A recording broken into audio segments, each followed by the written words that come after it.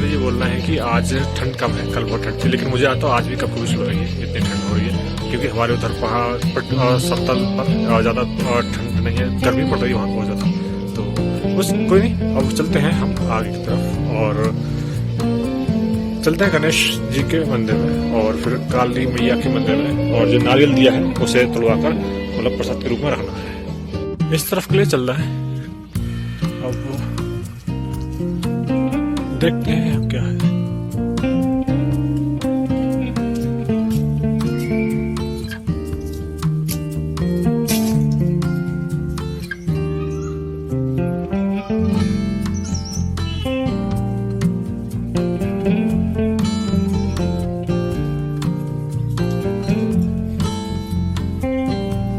शायद गलत नहीं आ रहा है,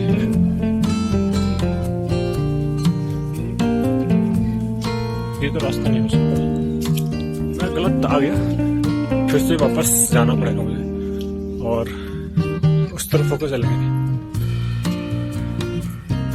इस तरफ ही आ रहे हैं और शायद इधर ही काली मैया का मंदिर है, यहाँ से उतरेंगे।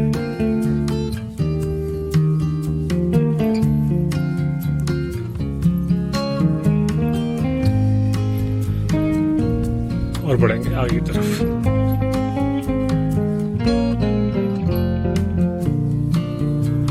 जाओ,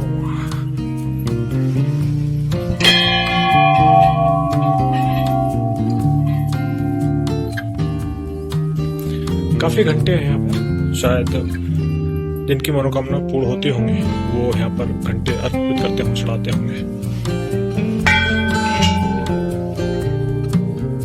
जिन महिलाओं को संतान की प्राप्ति नहीं होती है वो इस मंदिर में आकर मां के डोले के चारों तरफ बैठकर पूजा करती हैं। साथ ही रात भर महिलाएं दिया हाथ में लेकर पूजा करती हैं। मान्यता है कि देवी आशीर्वाद के रूप में महिलाओं की सूनी को भरती है। मंदिर प्रांगण में एक पत्थर है जिसको उठाने से रोग और कष्ट दूर होते हैं। ये पत्थर वही लोग उठा सकते हैं जिनका मन साफ हो। इस पत्थर को 5 लोग अपनी 2 उंगलियों से भी उठा सकते हैं। यहाँ पर पुजारी जी हैं, तो जो नारियल हम प्रसाद में लेकर आए हैं तो अर्पित करेंगे मैया के लिए, और यही मतलब प्रसाद के रूप में हम देंगे। जय हो माँ, रक्षा करना माँ, जय माता दी।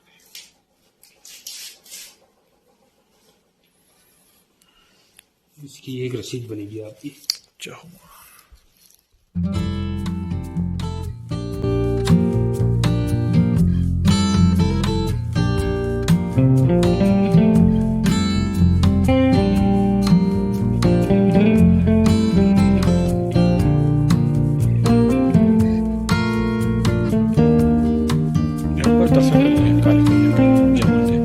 और आगे चलना है, गुफा के दर्शन करने हैं। जय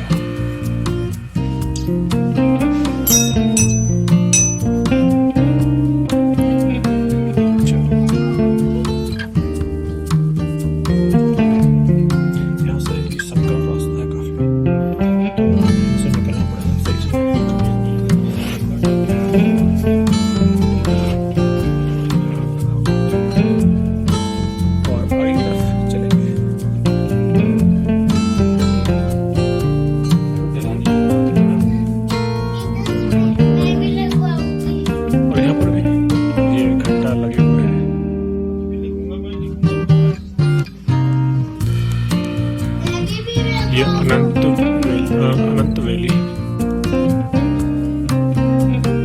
जाओ,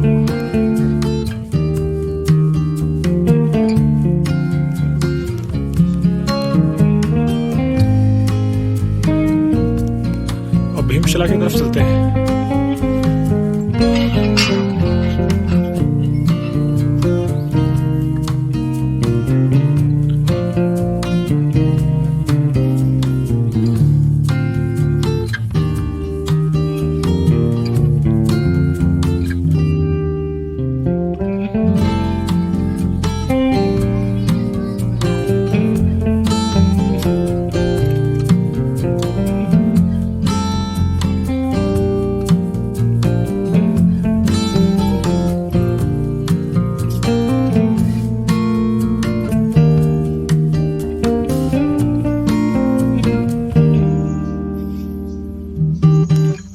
यहाँ से ऊपर को जाएंगे।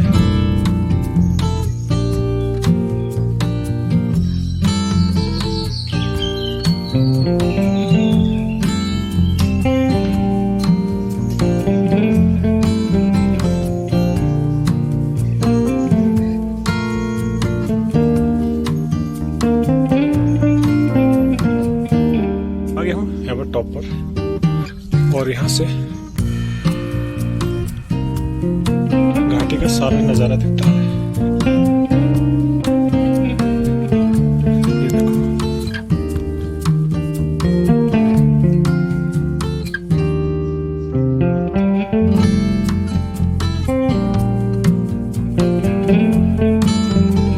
इस तरफ लेकर चलते हैं भीमशिला की तरफ। आ गए हैं इस तरफ भीमशिला की तरफ, और यहाँ से पहले इधर दिखा देता हूँ कि यहाँ का जो नज़ारा है, जो घाटी का नज़ारा है, वो कितनी गहरी खाई है यहाँ पर। ये देखो कितना डरावना, मुझे डर लग रहा है यहाँ से, तो पीछे से मैं दिखा देता हूँ। फोन में अच्छे से कैप्चर नहीं हो पा रही घाटी की गहराई, जबकि देखो ये भीमशिला है। इधर से चढ़ते हैं, यहाँ पर लिखा हुआ भी है भीमशिला। लोक गाथाओं के अनुसार ऐसा माना जाता है कि पांडवों ने मंदिर परिसर में मौजूद विशालकाय पत्थरों को गेंदों के रूप में इस्तेमाल किया। किसी को भी यहाँ पर देवी माता को नंगी आंखों से देखने की अनुमति नहीं दी जाती है। माना जाता है कि ऐसा करने वाला व्यक्ति अंधा हो जाता है, इसलिए देवी को लाल कपड़े से ढका जाता है हमेशा। और जब माता का श्रृंगार होता है तो जो श्रद्धालु श्रृंगार करते हैं उनकी आंखों पर काली पट्टी बांधकर माता को लाल कपड़ा हटाकर माता का श्रृंगार कर दिया जाता है।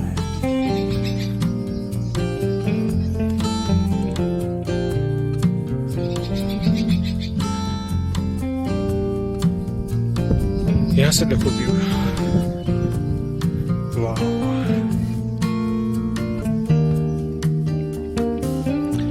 पूरी घाटी के नजारे यहाँ से।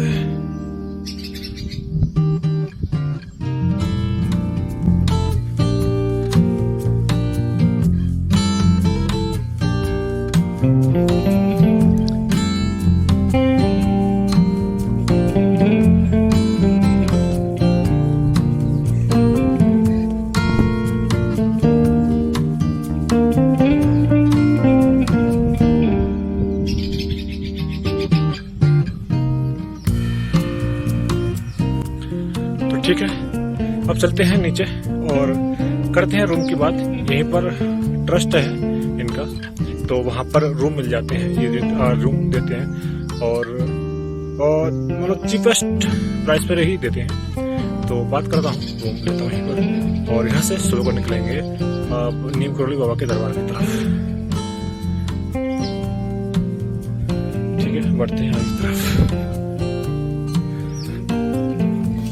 मैंने यहाँ के लोकल के लोगों से बात की और उनसे बगवाल मेले के महत्व के बारे में पूछा, तो उन्होंने बताया कि हर साल खाम के लोगों में से चुने गए एक व्यक्ति को देवी वाराही को खुश करने के लिए बलि दी जाती थी।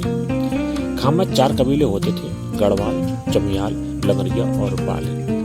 तो एक बार कबीले के एक को बूढ़ी महिला की बारी आई जिसका एक पोता था, तो उसने हंसी खुशी माँ के बलि के लिए अपने पोते की बलि को स्वीकार कर लिया, जिससे प्रसन्न होकर माता व बाराही ने उसके पोते को जीवन दान दिया, इस शर्त के साथ कि एक सामान्य व्यक्ति के रक्त के बराबर रक्त चढ़ाया जाना चाहिए।